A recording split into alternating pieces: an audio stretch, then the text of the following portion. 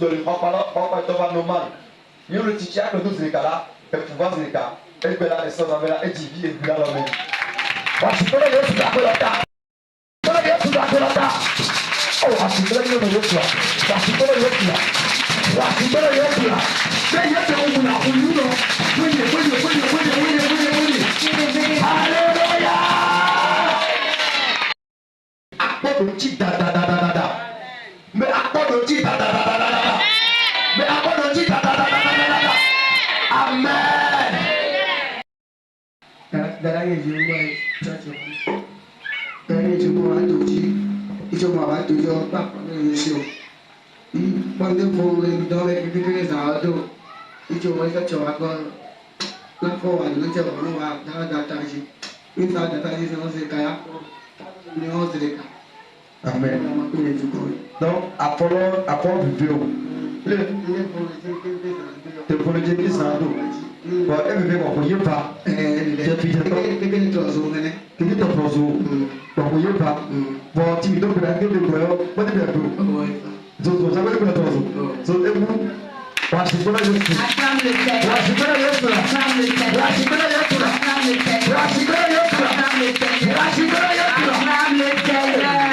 le Seigneur fait de grandes choses dans la vie du frère.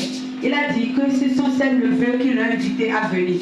Et ils ont pris la décision de venir. Et effectivement, il est avant de venir toute la journée d'aujourd'hui.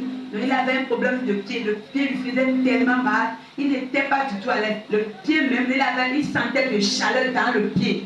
Il est arrivé ici jusqu'à la fin de la prière tout à l'heure. Il a eu une paix qui a pénétré dans son pied et il a voulu partager avec toi. Si tu es content, mon frère, ma soeur, acclame le Seigneur pour la vie du frère. Acclame le Seigneur.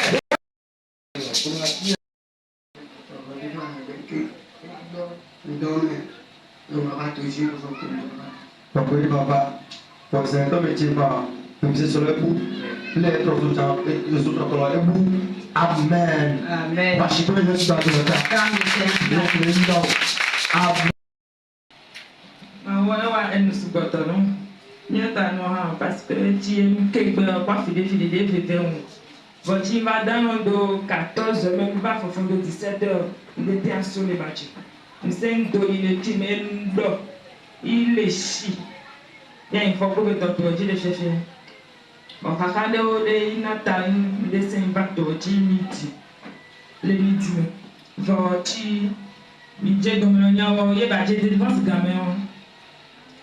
Et aya kokodum aya gangane ka kokodo anfo bien boko ina no atom vive o mi afolo o pin danelesa ti mi je gomi kakai ya de do anfo pin danel no na no te jando bunala o en insin do ni ti men no do but you got the difference o consider wa yi komo aya kokodo afolo aya kokodo afolo yi la foro kwendo sa kolito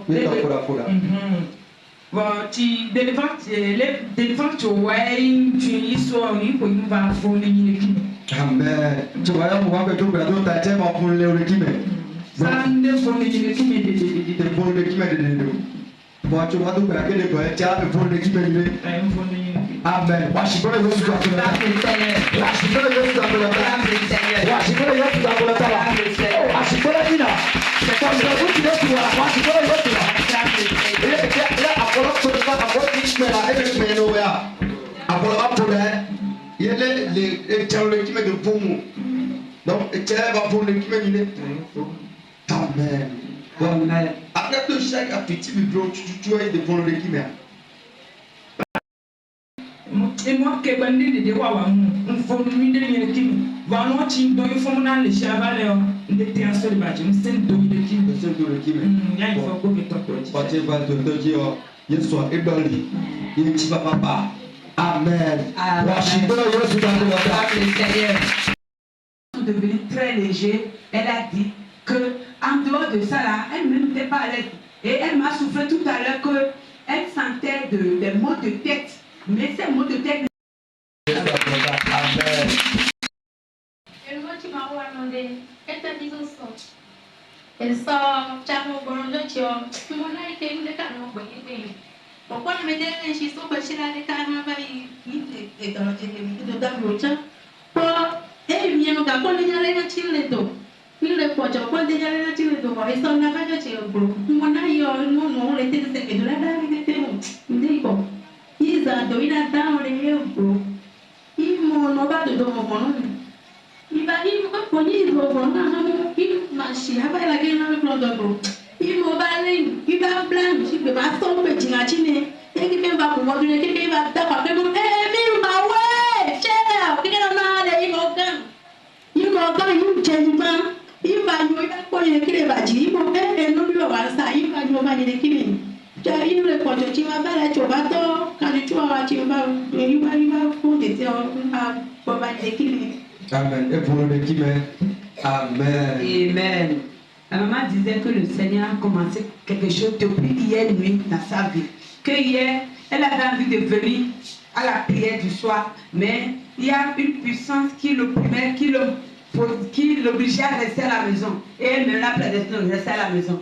Mais la nuit, elle a vu qu'elle était liée et qu'il y avait la puissance. C'est ce que le Seigneur a commencé depuis hier dans sa vie.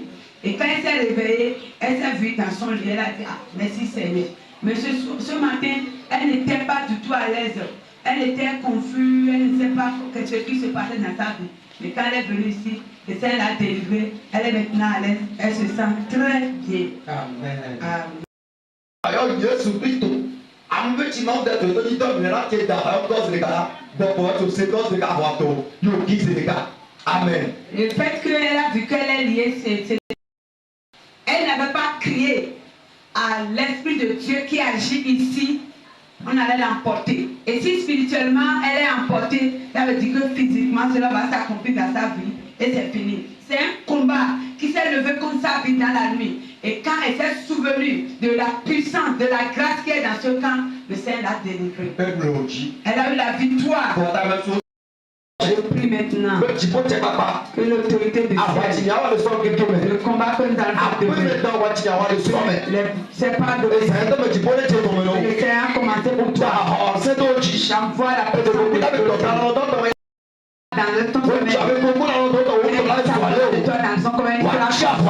ils seront consumés. La Bible dit qu'il ne faut pas parler pour les comment mais ils seront dispersés par 7 semaines. Que l'autorité la descend sur toi. L'autorité la descend sur toi. Descend sur toi. Descend sur toi. Amen. Dis-moi.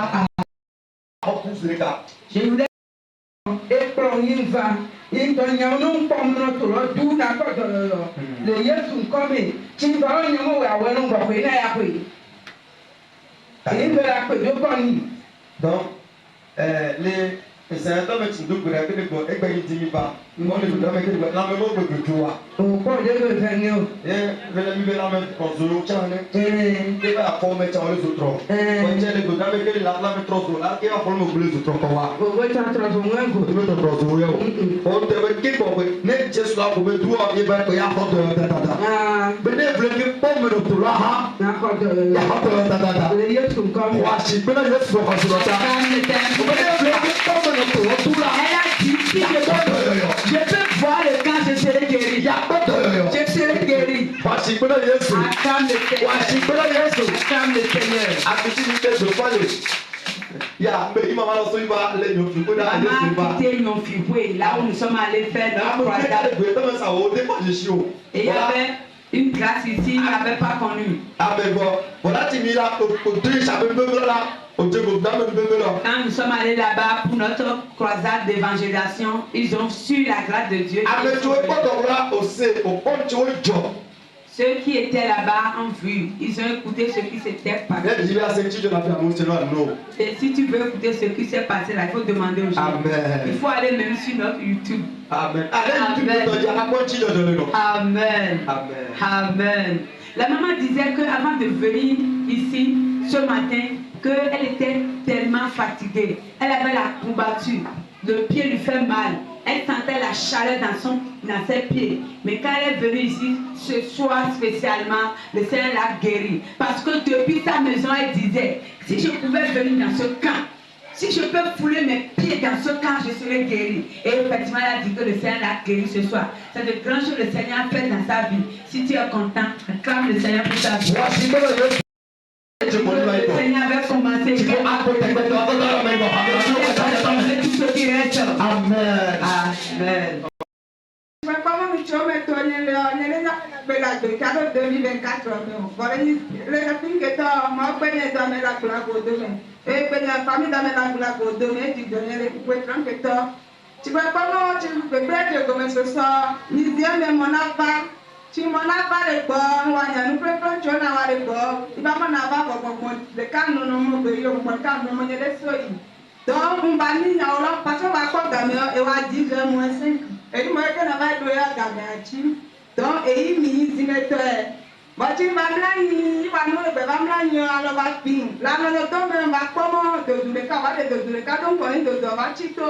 Et il va me faire une date, tu n'as jamais eu qu'il a besoin. Il y a bail.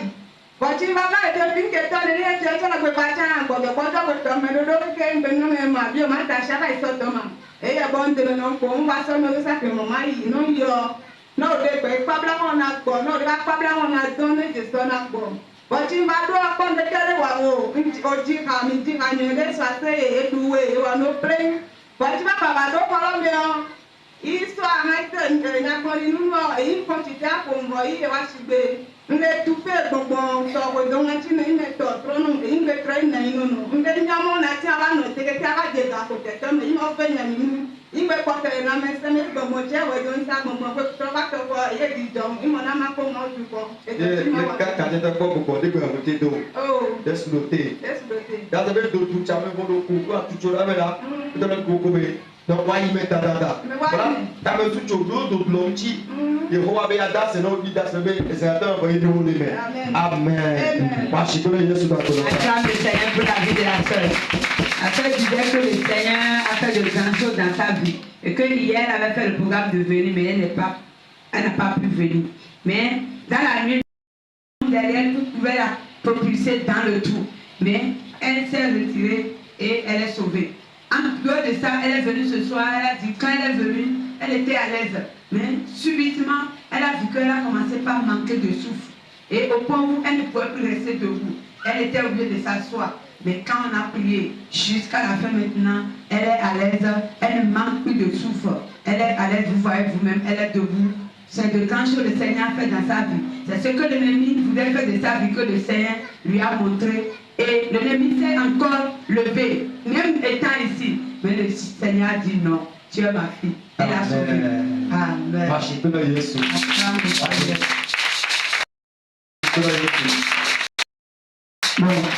Non, il y a plus de beaucoup ça. Bon, on va tâcher mon lait. Il m'a donné sur une beaucoup de choses sur mon Dieu. On va drama,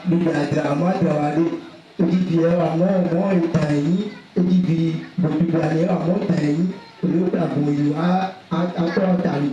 On va pas avoir mon sous, qui va aller sur le début. Bon, ils sont encore les rois. Parce que non, nous ni celui qui est bail et il y a beaucoup il y a plein de changements d'état et l'homme me vient bon ailleurs mais tu veux l'air on peut à mon Dieu et là on trop on va pas comme dit tout il est very n'endo baji va dormir et toi tu veux sur le tout dit que non tu dash comprendre non pour la un corps dash bien la chine belle ça non alors bébé mais il y a pas pareil supportable moi la chine elle va pas yóò yọ ẹ tẹ̀lé sùsùn kólómi lọ́gbọ̀dún àti ìyàsán àti tí tí pọ̀ ní tí pọ̀ solution àti tí mi jíjọ ètò ìgbìyànjú náà lòfún sọ bíláà lọ sá àwọn tí ń sọ lé mi kúrò ẹni bọ̀ náà dáṣẹ̀ lọ́bí ẹran yẹn lòfún sọ bíláà tí ògbó ìgbìyànjú náà lè pọ̀ tábù yà lọ pa yìí ìfò ìjẹta ìgbà Washington Yesu. Washington Yesu. Washington Yesu. Amen. Na sani chi le ko chike bume amene le na ko mo no le na me ko ko ya kia bugo do ya o aha le aka le ji ya ko chi na ko chike so jama mo ha le zama Dans le jeu le ji àwọn ẹ̀jì kàwé gidi ọ̀rẹ́kọ̀ ìbéèrè ìbéèrè pẹ̀lẹ́ nàìjíríà màṣíkà sára sọ pápọ̀ wá àwọn ọmọ fún lẹ́yìn so nígbàtọ́ ti ìgbẹ́jà kéèmìlì gbogbo lábẹ́ ẹ̀ṣá lọ́bí jẹ́jì ẹ̀kọ́ níwọ̀n wà á lè lọ́bí lọ́bí gbọ́n ńlọ́bí bẹ̀rẹ̀ láti àríbò ẹlẹ́sọ̀ lókè ní fún ìyẹn kí mi lọ́bí jẹ́jì wọn wà á ìgbógun ìdámù ìdáṣìdọ́dọ̀ ẹlẹ́jì ìdáṣìdọ́jì tó tòun gbogbo tó rà ní sísẹ nígbèrè tòlámù àmẹ́nà ìnàkúnmọ́rẹ́ gáàsì ìrìnàjò lọ́bí lọ́bí lọ́bí ti ní ìdí wọn wà ní lọ́bí bá ṣe ká ọgbọ̀n ìgbúròmù wàṣíbẹ́rẹ́ yóò tura wàṣíbẹ́rẹ́ yóò tura wàṣíbẹ́rẹ́ yóò tura wàṣíbẹ́rẹ́ yóò tura ẹni tí yàrá amen ẹ sọ sàmẹ ẹ lọ bẹ fi kété àbúyẹ yìí dọ̀ bẹ àbífọ́ owó lè bàjì ẹ sọ sàmẹ sọpọtà mi yóò sọ amen. L'ennemi doit commencer par lui faire mal hier nuit. Mais elle son plat, le vieux, son plat, et il était obligé de chercher. Bon, surtout, et quand on a prié l'homme de Dieu, il a appelé l'homme de Dieu au téléphone, l'homme de Dieu a prié, la paix est venue dans le bois. Et l'homme de Dieu a rappelé plus tard, il dormait déjà. Et il a dit, après la prière, la paix est revenue.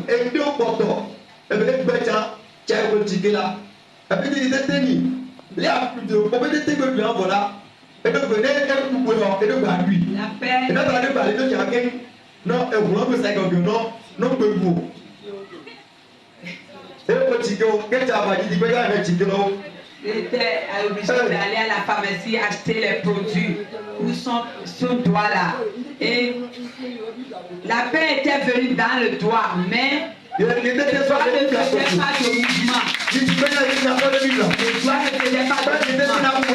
Il ne pouvait pas envoyer la main. Mais cette nuit, quand l'homme de Dieu a lui déposé la main sur les maladies, il était obligé d'attaquer son index doigt là.